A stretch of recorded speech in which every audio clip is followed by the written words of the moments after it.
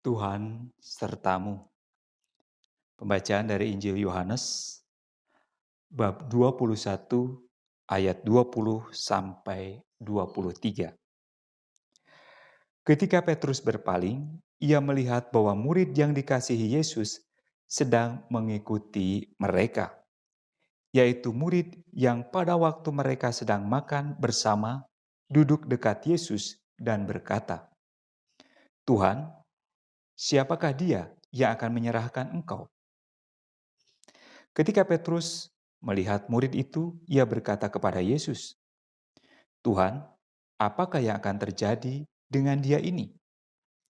Jawab Yesus, "Jikalau aku menghendaki supaya ia tinggal hidup sampai aku datang, itu bukan urusanmu. Tetapi engkau ikutlah aku." Maka tersebarlah kabar di antara saudara-saudara itu bahwa murid itu tidak akan mati. Tetapi Yesus tidak mengatakan pada Petrus bahwa murid itu tidak akan mati, melainkan jikalau aku menghendaki supaya ia tinggal hidup sampai aku datang, itu bukan urusanmu.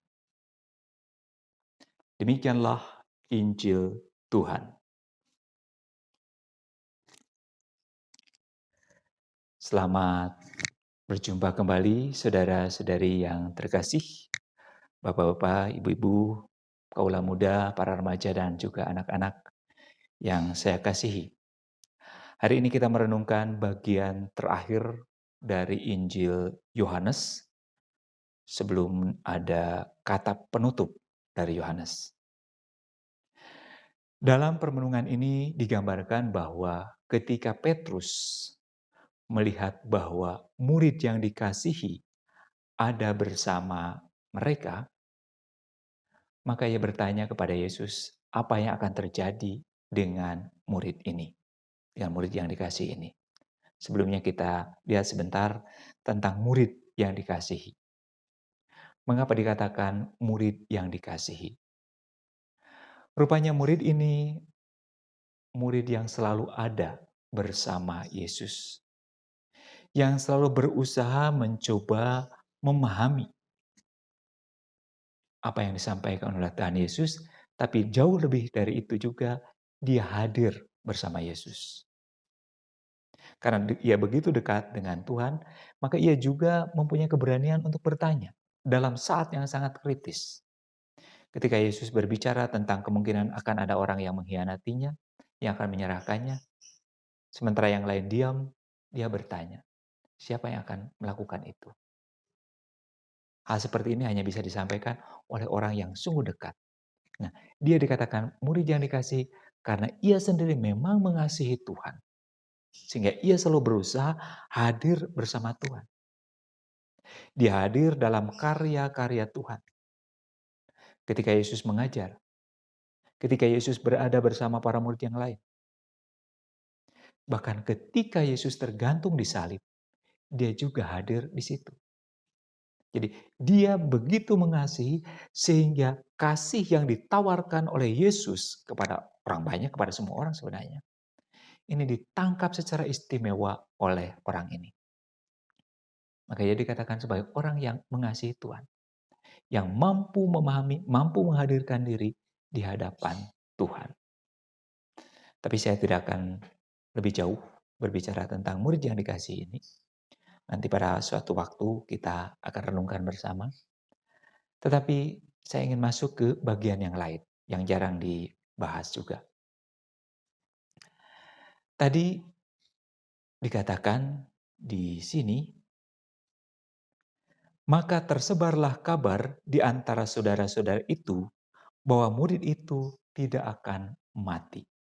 Tersebarlah kabar di antara saudara-saudara di sana bahwa Yesus tidak akan mati. Tapi masih ada catatannya. Tetapi Yesus tidak mengatakan kepada Petrus bahwa murid itu tidak akan mati.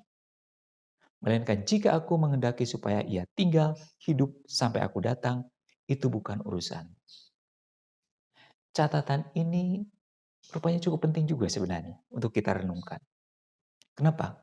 Karena kadang-kadang hal yang seperti ini juga muncul di dalam kehidupan kita. Yang ingin saya tekankan di sini adalah bahwa tersebar kabar di antara mereka.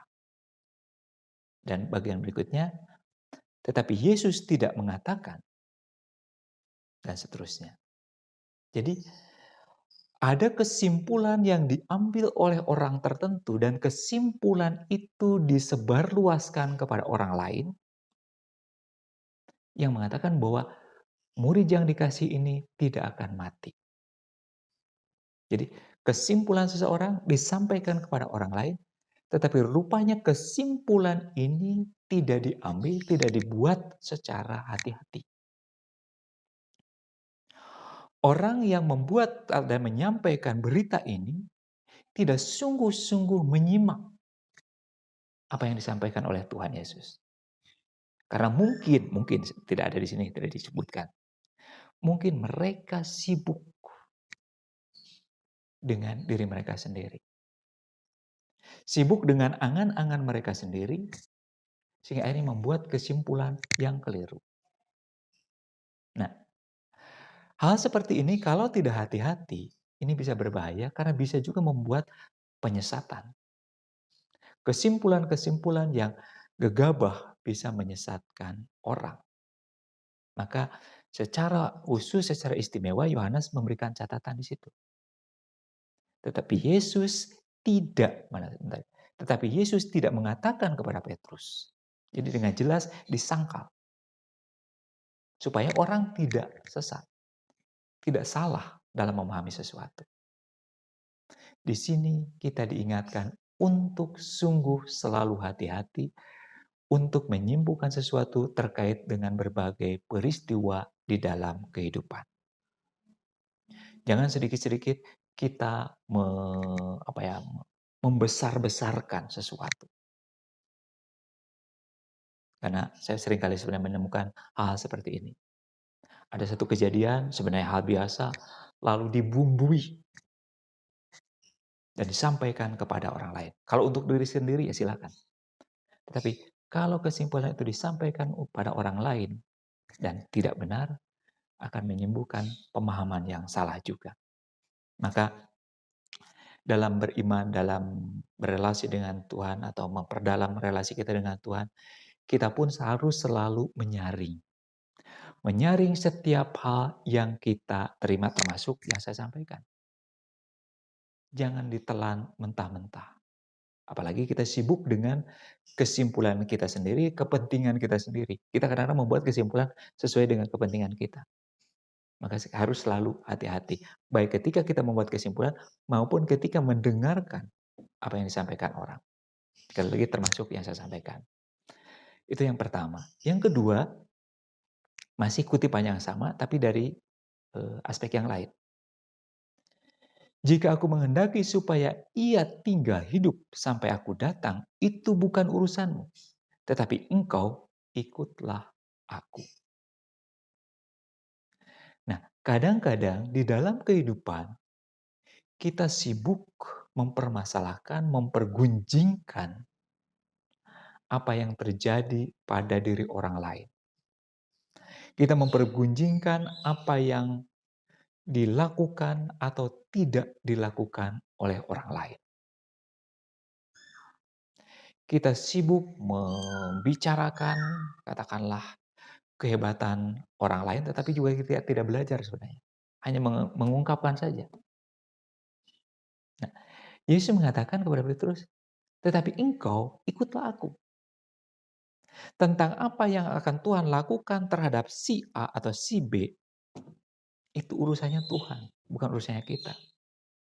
Kalau ada orang di sekitar kita menjadi tiba-tiba entah menjadi kaya, entah menjadi miskin, entah orang itu tiba-tiba menjadi orang terkenal dan sebagainya, itu sebenarnya bukan urusan kita. Yang perlu kita utama perhatikan adalah bagaimana kita menjalankan apa yang menjadi panggilan hidup kita. Tetapi engkau ikutlah aku. Itu kata Yesus kepada Petrus. Yesus mau mengajak Petrus untuk tidak sibuk mempermasalahkan apa yang terjadi atas diri murid yang dikasih ini, tetapi dengarkan. dengarkan aku memanggil kamu, aku berbicara dengan kamu, aku mengutus kamu. Tetapi kamu ikutlah aku. Ikut Yesus artinya apa? Itu yang masih harus diterjemahkan oleh Petrus. Demikian juga dengan kita. Tuhan pun memanggil kita, Tuhan pun mengajak kita terlibat dan sebagainya. Sadarkah kita tentang panggilan hidup kita, tentang tanggung jawab kita, baik di lingkungan keluarga, di lingkungan masyarakat, di lingkungan gereja. Kadang-kadang orang sibuk mempermasalahkan, karena si ini begini, si ini begitu. Mengomentari ini itu. Tapi mari kita pertama-tama lihat diri kita. Pewartaan kita yang pertama adalah dengan teladan. Tentang tanggung jawab kita, kesadaran kita akan panggilan yang Tuhan berikan kepada kita. Tuhan memberkati.